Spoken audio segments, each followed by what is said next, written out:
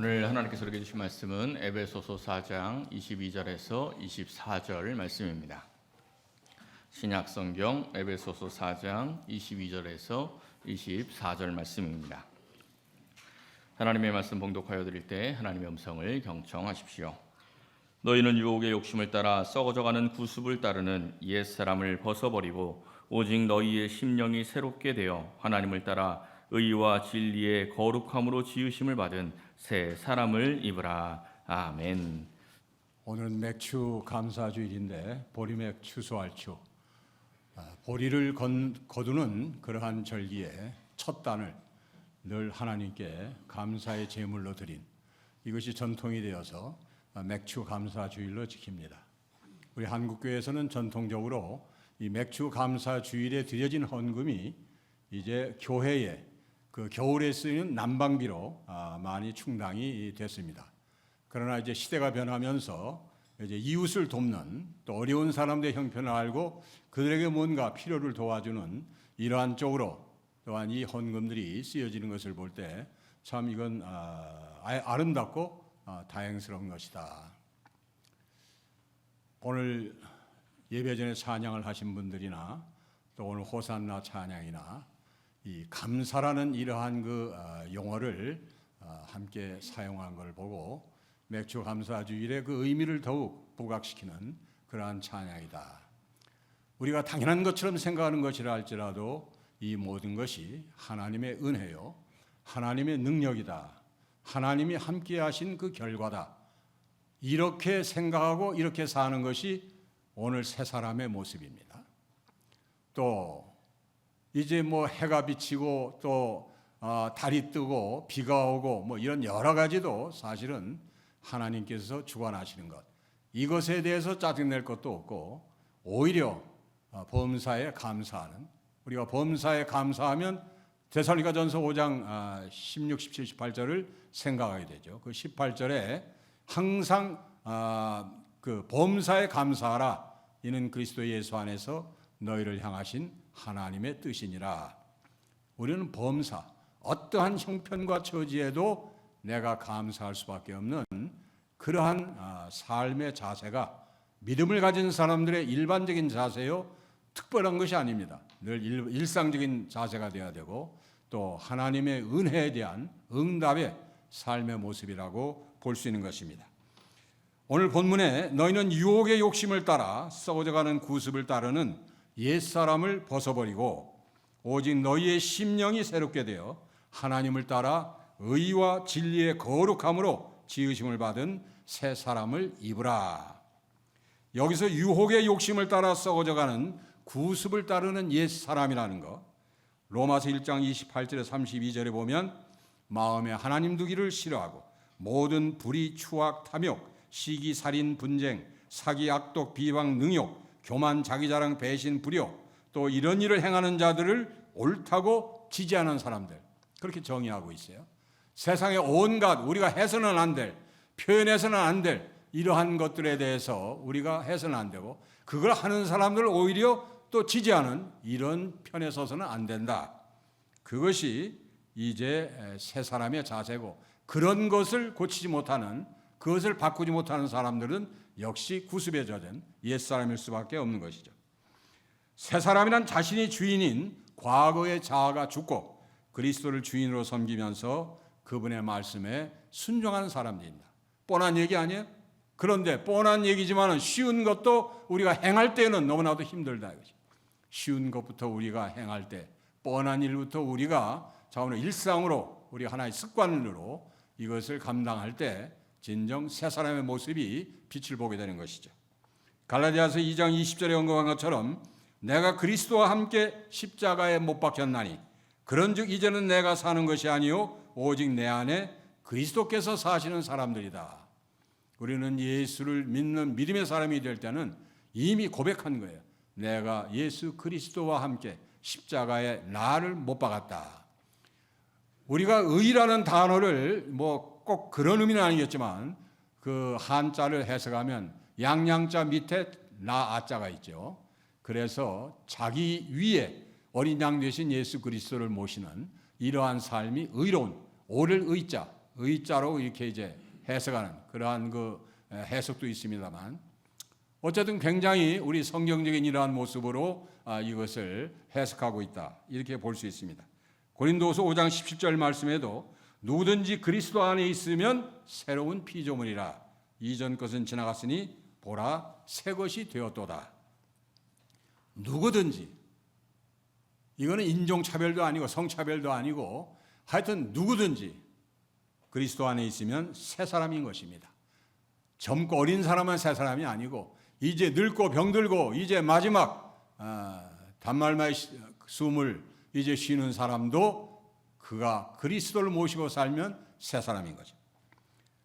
그러나 교회에 등록하고 세례받고 직분을 받았다 할지라도 새 사람이 되지 못하는 그러한 경우가 있습니다. 그것은 세상에는 모든 것이 육신의 정욕과 안목의 정욕과 이생의 자랑 때문에 그렇습니다. 아버지께로 쫓아온 것이 아니기 때문에, 이러한 것들은 세상으로부터 쫓아온 것이기 때문에, 아무리 내가 교회에 오래 다녔고 모태 신앙이랄지라도 결국 이러한 삶을 버리지 못하면 결국 나는 옛사람에 머물러 있는 것입니다. 여전히 육신의 정욕과 안목의 정욕과 이생의 자랑으로 살아가는 사람들을 우리가 새 사람이라고 부를 수는 없는 것입니다.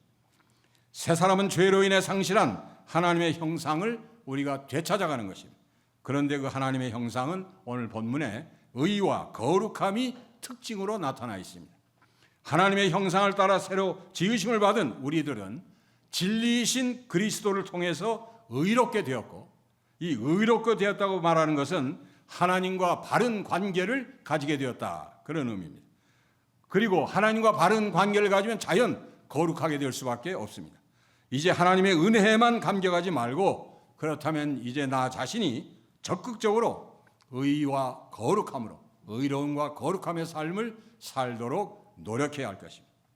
그렇기 때문에 로마서 13장 12, 13, 14절에 보면 밤이 깊고 낮이 가까웠으니 그러므로 우리가 어둠의 일을 벗고 빛의 갑옷을 입자. 낮에와 같이 단정히 행하고 방탕하거나 술 취하지 말며 음란하거나 호색하지 말며 다투거나 시기하지 말고 오직 주 예수 그리스도로 옷 입고, 오직 주 예수 그리스도로 옷 입으라고 그랬죠. 정욕을 위하여 육신의 일을 도모하지 않아야 합니다. 새 사람은 늘 참으로 나의 이러한 육신의 정욕을 위해서, 안목의 정욕을 위해서, 이생의 자랑을 위한 그 옷을 벗어버리고 오직 희생과 사랑에, 헌신에, 섬김에 그리스도의 옷을 입고 우리가 살아가야 된다. 역사상 가장 최고의 변화는 예수님의 성육신 사건입니다.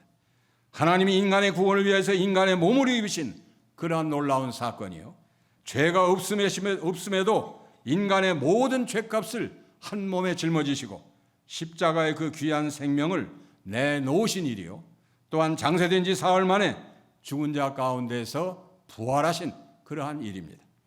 새 사람이 되었다는 증거는 이처럼 변화에 있습니다.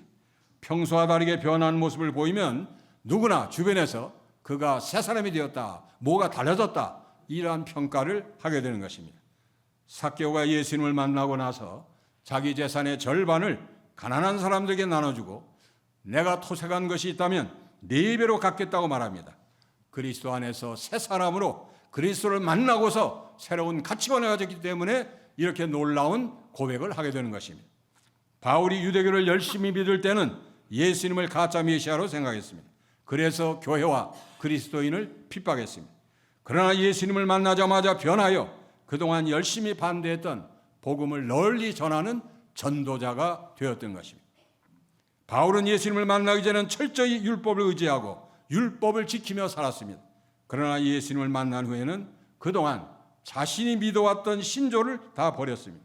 이전의 자랑거리도 배설물처럼 여겼습니다. 진정한 변화란 이런 것입니다. 그렇다면 우리는 예수를 믿은 후에 얼마나 변했습니까? 과거에 좋아했던 것을 지금도 여전히 좋아하고 있지는 않았는지, 과거에 자랑했던 것을 지금도 자랑하고 있지는 않는지 살펴볼 일인 것입니다. 사람들은 예수님을 만나면 변하게 되어 있습니다. 율법주의자가 복음주의자가 되고 남을 정죄하던 사람이 남을 배려하고 용서하는, 오히려 사랑하는 그러한 사람이 되는 것입니다. 세상에서 좋아하던 것을 버리고 하나님 나라의 일을 좋아하게 되는 것입니다. 더욱 중요한 변화는 모든 것이 하나님의 은혜라는 것을 깨닫고 나를 포함하여 세상의 모든 것의 소유권이나 주권이 하나님께 있음을 인정해야 됩니다.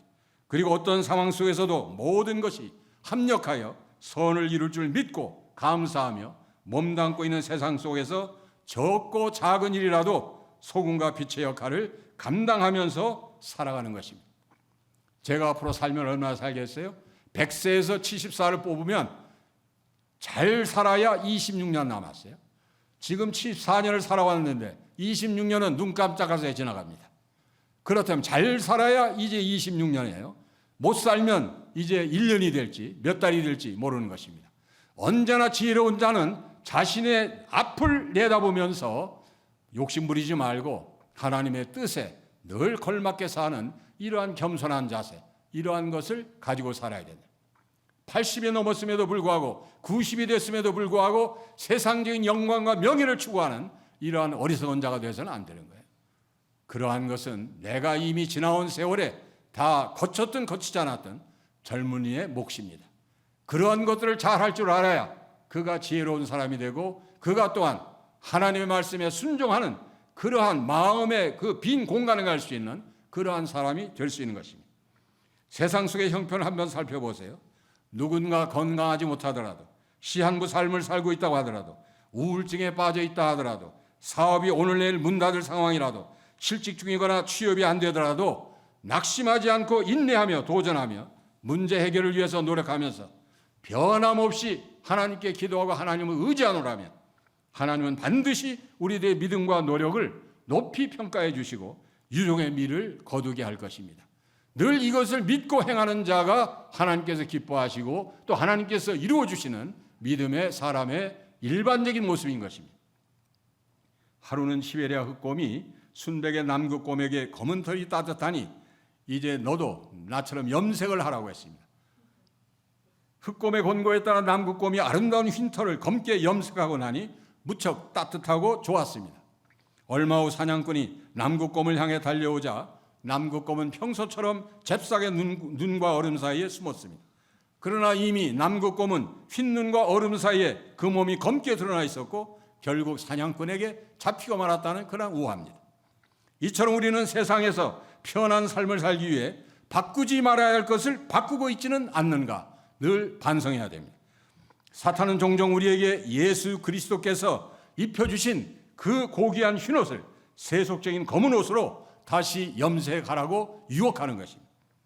그리스도로 말미암아 살아가는 것이 최고의 축복인 줄 모르고 어리석게도 자기 삶을 세속적으로 물들이지만 결국 그의 삶은 사탄에게 얽매이는 삶이 되는 것입니다. 벽에 틈이 생기면 바람이 들어오고 마음에 틈이 생기면 마귀가 들어온다는 말처럼 우리가 그리스도로 옷 입지 않으면 우리가 그리스도께 입혀주시는 그러한 옷으로 무장하지 않으면 그 틈새로 마귀가 들어와서 역사하게 되는 것입니다. 로마서 12장 2절에 너희는 이 세대를 본받지 말고 오직 마음을 새롭게 함으로 변화를 받아 하나님의 선하시고 기뻐하시고 온전하신 뜻이 무엇인지 분별하도록 하라고 우리들에게 주의를 주고 있습니다. 우리는 어쩌면 하나님을 떠나서 살아가는 탕자의 인생과도 같습니다. 하나님과 상관없이 세상적인 것만을 추구하고 살아가던 어느 날 예수 그리스도로 말미암아 신분이 바뀌어 하나님의 자녀가 되었고 내가 무엇을 해야 하는지도 알게 되었습니다. 내가 지금 사는 것은 하나님의 일을 하기 위함입니다. 내가 예수 그리스도의 제자 된 것도 일꾼 된 것도 하나님의 일을 하기 위해서입니다. 하나님의 일은 요한복음 6장 29절에 보면 하나님께서 보내신 일을 믿는 것이 하나님의 일이라고 말씀합니다. 예수 그리스도를 믿고 그 말씀에 순종하는 것이 하나님의 일이다 이거예요. 그 하나님의 일을 행할 때 중요한 것은 하나님의 선하시고 기뻐하시고 온전하신 뜻이 무엇인지를 분별하면서 하나님의 일을 해야 되는 겁니다. 무조건 교회에서 아무거나 한다고 해서 하나님의 일을 하는 게 아니에요. 새 사람의 변화는 가만히 있어도 일어나는 것이 아닙니다. 변화되려면 무엇인가 결단하고 도전해야 될 줄 압니다. 영적으로 변화하려면 하나님과의 지속적인 관계 속에서 열심을 해야 됩니다. 기도해야 하고 예배에 참여하고 말씀을 읽고 반성하고 회개하고 말씀대로 살아가는 그러한 노력이 따라야 됩니다. 더욱 아름다운 변화, 믿음직한 새 사람을 위해서 이 세대를 본받지 말아야 합니다. 내가 무엇을 얻으려면 어떤 것은 포기할 줄 알아야 됩니다. 전부 다 가질 수 없습니다. 이 세대를 본받고 살아가는 삶과 단절해야 하는 용기가 필요하고, 내려놓아야 할 것이 있다면 그런 것들을 과감하게 내려놓을 때에 비로소 새로운 변화의 자리로 들어갈 수가 있는 것입니다. 남에게는 엄격하고 자신에게는 관대한 것이 세속적인 사람들의 모습입니다. 바리새파와 서기관과 장로들이 그러한 모습으로 당시에 많은 사람들을 이제 바라보고 있었습니다. 그러나 새 사람 된 그리스도인은 남에게는 관대하고 자신에게는 엄격한 그러한 삶의 태도를 견지해야 하는 것입니다. 이 세대는 육신의 욕망을 따라 사는 세상입니다. 그러므로 신앙인이라면 믿음이 없는 세상 사람들과 똑같은 가치관을 가지고 유행 따라 살아서는 아니 되는 것입니다. 하나님의 형상을 따라 새로 지으심을 받은 우리들은 진리이신 그리스도를 통해서 의롭게 되어 하나님과 바른 관계를 갖게 되었고 거룩하게 되었기 때문에 이제 하나님의 은혜 안에만 안주하지 말고 은혜를 베푸시는 하나님께 감사하며 날마다 적극적으로 의와 거룩함으로 살아가야 합니다. 이 시간 그리스도 안에서 새 사람 된 저 자신도 나의 작은 몸짓을 하나의 실천의 예로 한번 소개해 드리겠습니다. 준비된 영상을 한번 띄워주시죠. 네.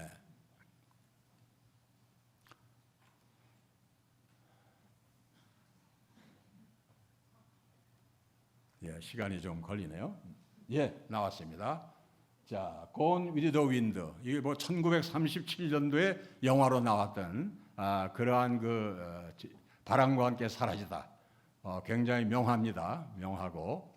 그런데 지금 이것은 저 남자는 저고 그 여자는 여기 앉아 있는 제 아내인데, 그 남자는 크라크 케이블의 얼굴을 이제 저를 제 자신을 바꾼 거고, 저 여자는 비비안 니를 제 아내로 이제 바꾼 겁니다. 이렇게 해서 만든 건데, 왜 이걸 띄워놓느냐?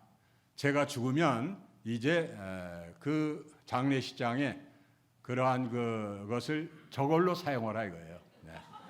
제가 이제 만들었으면 뭐 안 가져왔습니다. 이미 다 영정사진 다 만들어놨어요.